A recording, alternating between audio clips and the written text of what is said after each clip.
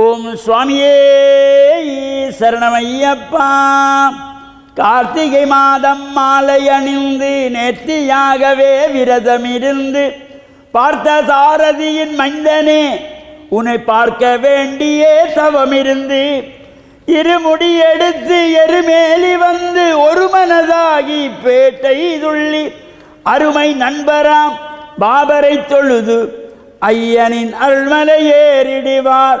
சுவாமியே ஐயப்போ ஐயப்போ சுவாமியே சுவாமியே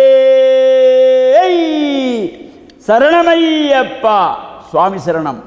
மேன்மைகள் சைவநீதி விளங்குக உலகமெல்லாம். நோயற்ற வாழ்வே குறைவற்ற செல்வம்.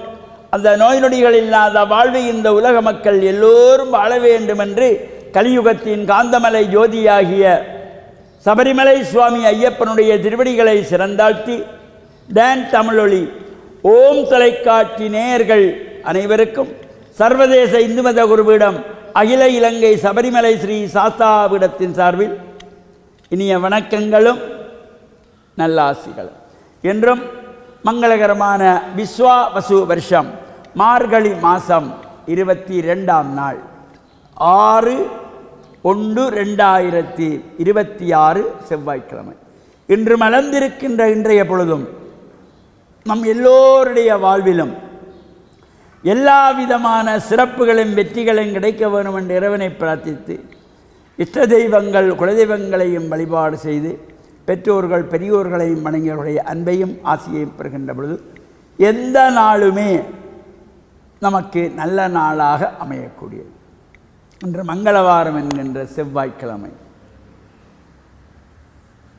இன்றைய தினம் சபரிமலை புனித யாத்திரை மேற்கொள்ளுகின்ற மாலை அணிந்த சாஸ்தாபீடத்து அனைத்து சுவாமிகளும்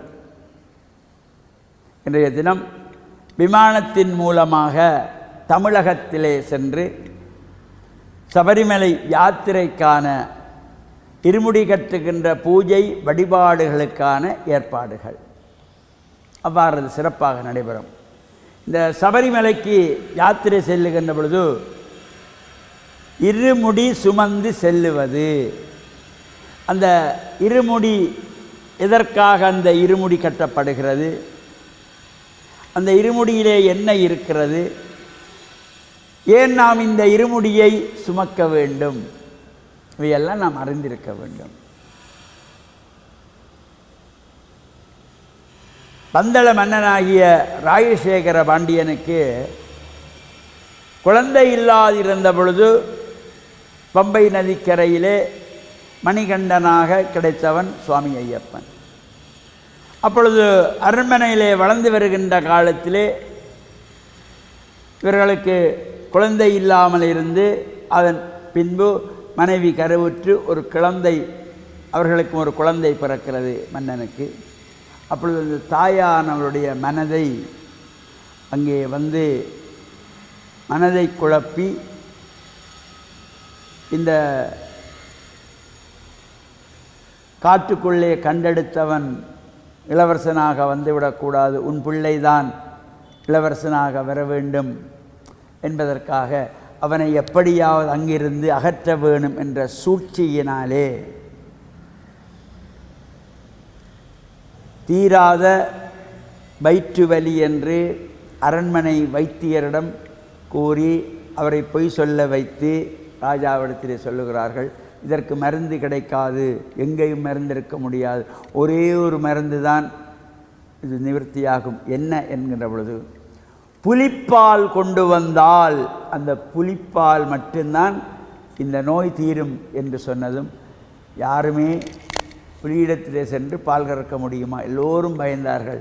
அப்பொழுது இந்த மணிகண்டனாக இருந்த இளைஞன் தாயின் நோய் தீர்க்க நான் புலிப்பாலோடு வருகிறேன் என்று காட்டுக்கு புறப்படுகிறான். அப்பொழுது காட்டுக்குள்ளே போகிறான். அங்கே உண்ணுவதற்கு உணவு இருக்காது. அதனாலே இந்த அரண்மனையிலே அவனுக்கு பொட்டலங்கட்டி கொடுக்கிறார்கள். இது காலம சாப்பாட்டுக்கு, இது மத்தியான சாப்பாட்டுக்கு, தச்செல்லாம் இருண்டு போனால் இந்த இரவு சாப்பாட்டு 2 பொட்டலங்கள் கட்டி தலையில் வைத்து காட்டுக்குள்ளே மணிகண்டன் சென்றதை நினைவுபடுத்துகின்ற வகையில்தான் இந்த காட்டுக்குள்ளே போகின்ற பொழுது இருமுடி சுமந்து செல்லுவது. அதிலே அந்த 2 முடிகளிலே ஒன்று நாம் இடையிலே வழியிலே நமக்கு அத்தியாவசியமாக பசித்தால் அதற்காக ஒரு முடியிலே உணவுப் பொருள்கள், இன்னொரு முடியிலே ஐயப்பனுடைய நெய்த்தேங்காய் அபிஷேக திரவியங்கள் என்று வைத்துக் கொள்ளுகின்ற சிறப்போடு கூடிய இந்த இருமுடி சுமப்பது. இந்த இருமுடியை நாம் சுமந்து செல்லுகின்ற பொழுது கல்லும் முள்ளும் காலுக்கு மெத்தை என்று பாடல்கள் எல்லாம் பாடிக்கொள்வார்கள். கல்லும் முள்ளும் காலுக்கு மெத்தை சுவாமியே ஐயப்போ ஐயப்போ சுவாமியே, பள்ளி கட்டு சபரிமலைக்கு கல்லும் முள்ளும் காலுக்கு மெத்தை. இவ்வாறு பக்திபூர்வமாக பாடி மலை யாத்திரை சென்று வணங்குகின்ற ஐயப்பனுடைய இந்த இருமுடி பூஜை வழிபாடுகள் தொடர்பாக நாளைய தினமும் சிந்திப்போம் என்று கூறி, டான் தமிழொலி ஓம் தொலைக்காட்சி நேயர்கள் அனைவருக்கும் சர்வதேச இந்து மத குருவிடத்தின் சார்பில் நல்ல ஆசிகளை கூறிக்கொள்வதில் மனமகிழ்வு கொள்கிறோம். சர்வே ஜனாகாம் சுகினோ பவந்து சமஸ்த சன்மங்களானி சந்து சுபம்.